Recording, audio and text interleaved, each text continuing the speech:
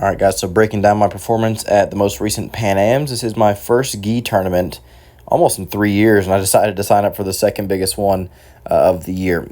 So I'm going against an Atos headquarters brown belt here.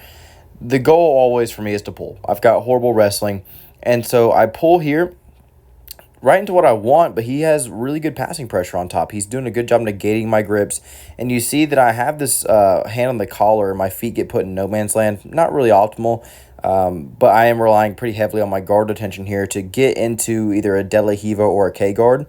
He's putting a lot of passing pressure on me that forces me to kind of be on the defensive here right until I can get into this cross collar sleeve where now I can start going right into my game, which is a K guard. He goes to his knees, so I shoot into a close guard, and quite honestly, I was pretty tired after that because I had to put up with a lot of passing pressure, so I'm using close guard to kind of keep him still. We got an 8-minute match. It's a long time to work. I'm also using close guard to get the grips that I favor when I play open guard. Now, one of the main drawbacks of my game, and it has been a drawback of my game since I was a blue belt, was I don't really use close guard to its fullest extent. I find myself here a lot in tournaments, but a lot of time I end up not using it the way it should be used. I use it more as a facilitator to my open guard grips as opposed to like an attacking guard.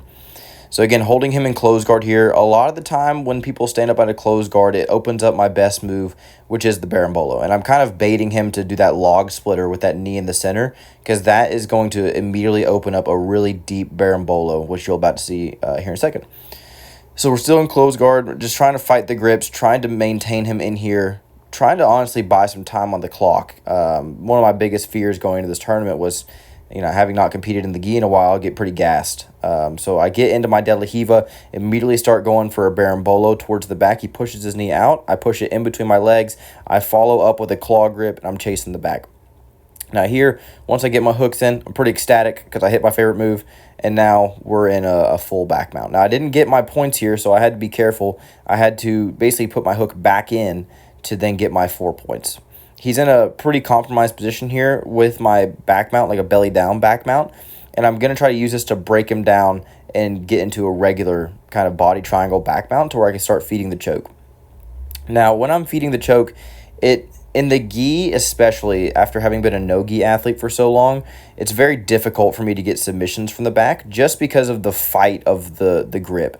Like just me, like you'll see here in a second, just me climbing my grip up is very exhausting, especially when someone's pulling down and I'm having to keep myself static on that gi material. It really gasses my forearms out, and it's very hard for me to find the finishes here. So I'm looking at the clock, seeing how much time I got left. I have about 6 minutes, which is a long time to be on someone's back. And I'm looking for the choke. I really want to get the submission, but he's doing a good job of hand fighting and constantly pulling my hands down. There is a point here where I do get a pretty tight choke, but it's over his chin. I didn't feel quite confident enough to finish it, which ultimately leads to me losing the back. Again, I'm trying to feed this choke. Something I probably should have worked on a little bit more in my camp was submitting from the back. I get to the back all the time, especially in no-gi, and I very much focus on submitting, but in the gi, it's, again, totally different. So I'm keeping my body triangle. I'm keeping the back mount. I'm really just trying to get this choke, but it's quite difficult for me. It's not very hard for me to maintain the back here with my body triangle, but what is starting to weigh down on me is these grips. These grips are really starting to fatigue my forearms, and after this match, my grips were absolutely shot, as is expected with the gi. So he starts to pass my arm around my head here in a second, and in a prideful way, I thought, you know what, I can keep the back here. There's no way he's going to get out. I had the body triangle. I had a collar grip, but he passes my arm across, and I'm thinking, okay, you know what, I can go into mount. I can take his back again, but I just didn't capitalize on it, and now we're back in close guard. So here, look at the clock because my hands are shot, and I'm trying to think, like, what am I going to do now? I had his back. I didn't submit him, and now I'm pretty tired, so now I've got to really be smart with what I'm doing. He opens my guard, and now I'm forced to play a little bit more of an open guard, which I'm not opposed to. I am primarily a guard player, but overall, with the passing pressure I felt at the very beginning, I really didn't want to let him out of my closed guard unless I had to. One of the main things I feel like he did very well in this match was constantly putting a pace on me. Like, I never felt like he stopped fighting and stopped moving, which that's just a sign of a good competitor, especially coming from Andre Galvao's school. I would expect nothing less. So now we're in an open guard situation. I'm trying to keep a collar and sleeve guard here, pummeling lassos, trying to keep him within my guard. I'm going K guard here, which is another one of my primary attacks. But I really look for the matrix here. I didn't want to turn this into a 50-50 battle. I really hate that, especially watching the gi. So I'm trying to get there, but again, doesn't really work out my way. Again, I'm stuck in no man's land here with no grips, so I'm forced to do an aggressive high pummel.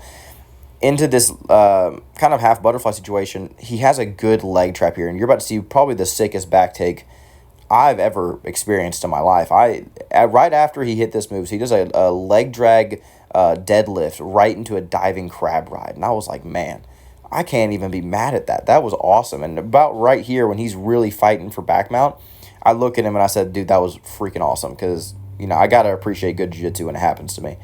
His hooks are pretty low, so I'm not really too worried about the back mount because I can slide my back on the mat, get an elbow inside, and start to work into single leg X, which is what you'll see here in a second. About this point, I'm like thinking, man, I was up 4 points and now we're dead even. Like now I don't have anything. So now I'm thinking, okay, I might lose this match. So I get in single leg X, a guard I don't play too often, but I'm looking at the clock. I'm trying to breathe through my nose, not make it obvious that I'm tired, but you can see I'm very obviously tired. I have a far side sleeve grip. I get a near side pant grip, and I use this to wrestle up and to take him towards the side he has no post on. So I pummel into X guard once I feel like I'm ready. His weight's back. It's not on me, so I'm able to wrestle up. I have that sleeve grip. I have the pant. So when I pummel my X guard here, you'll see I kind of do like a corkscrew motion as I come up.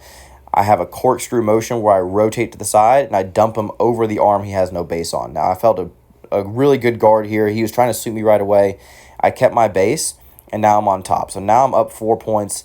And just feeling his guard and how aggressively he was shooting these triangles and how well he was placing his grips, I knew most likely I wasn't going to pass his guard, but I was still trying to maintain top position here.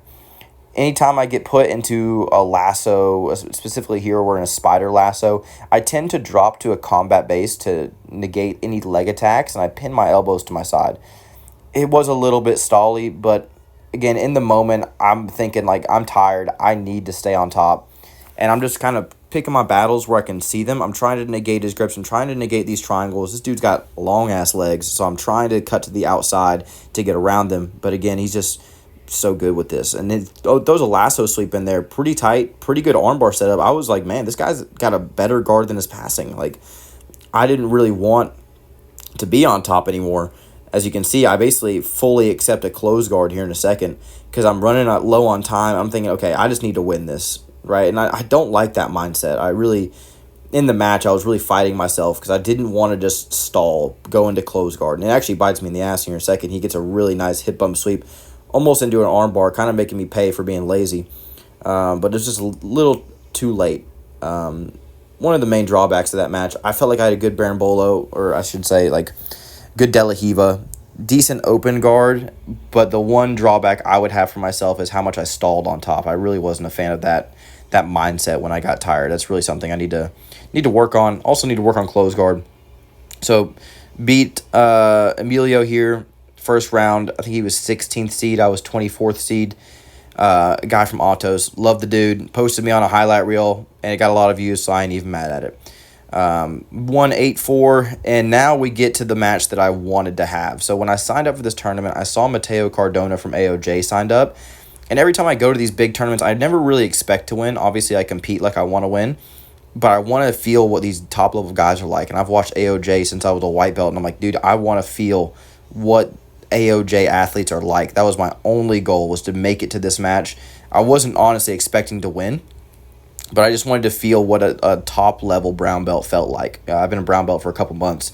Been training for 5 years as opposed to this guy's probably 15 years. So I just wanted to feel it. So we pull here. I'm in a combat base, again, trying to stay low and avoid the shin to shin. He's trying to pummel. A little bit of confusion here. I really don't know why he got this negative. Doesn't really make sense to me. But we're just sitting here trying to figure it out. We end up resetting on the feet. And he does a sneaky little guard pull. He tries to shake my hand and sits down. Some people don't like it. I really don't care because that's jiu-jitsu, man. Like, we're in a competition. You're trying to win. I don't take offense to things like that. We're just playing the game. So there it is. Boom. Pro move, honestly. So he pulls me into a guard, goes immediate Berimbolo. I try to pummel my knee inside to go into an ankle lock, and we kind of disengage from there. Here, he pulls with his foot on the hip, trying to do, I believe it's called the super scissor takedown or sweep, and he kicked me right in the nuts. I'm not going to lie to y'all, and it really hurt. But I'm trying to keep my base. I get lazy with that hand, gets 2-on-1, wrestles up immediately. I'm thinking, okay, I'll play guard on this guy. I want to see what his passing is like. The moment this guy got on top of me, I got completely demoralized with how good his placement of pressure was, how strong his grips were. He puts me into this modified over-under pass where I have two options. I can throw my left leg over and he's going to leg drag me AOJ style, or I take my leg down and he forces half guard. So I'm kind of stuck in a position where I'm forced to frame and to basically carry all of his weight. He does a great job weaving his shin to the outside, forcing a hard framing reaction. I get my leg back inside, but again, his pressure here was just quite literally, it was unbelievable. Like the moment he got on top of me, my eyes went into complete shock and forgot all of my jiu-jitsu. Gets his collar grip, and the moment he got into side control, it's hard to explain. He felt like he was holding me, but he wasn't holding me at all. I just felt like an aura was about this man, if I could say it that way. So he's in side control. I'm trying to work to keep strong frames. I tried to do a backhand frame, but he was hip to that. He knew that I was going to try to go to turtle, and I knew he was going to take my back. So I figured I might as well just concede side control here, try to frame my way out of it. But that collar grip just stuck to me. I couldn't get that collar grip off me. He controlled my hips real well. And here he starts feeding his lapel out to start to go to, I think it's a Kanto choke or a Bravo choke. I forget which one. But I've seen AOJ do this all the time. When they get side control, they start using lapels to start to choke their opponent. And I'm thinking, okay, I'll just keep my hand inside and it'll crush my hand and not my face. There was so much torque on this choke that my hand almost broke and my jaw almost broke, so I had to tap. Main takeaways from this match, I just wanted to feel what that pressure was like, and by God, I felt it. I feel like I could have fought a little bit harder. I really was not expecting the pressure that was going to come from this man, from his passing. I really could have fought a lot harder. That's my main takeaway. Again, haven't competed in the gi in a while. Just wanted to test myself, wanted to feel what the best guys in the world were like, and I got an Atos guy and an AOJ guy. Well worth it, in my opinion. So let me know what you guys think. If you saw anything I could work on, what you'd like to see in the future. But yeah, thank you all for watching. Have a good day.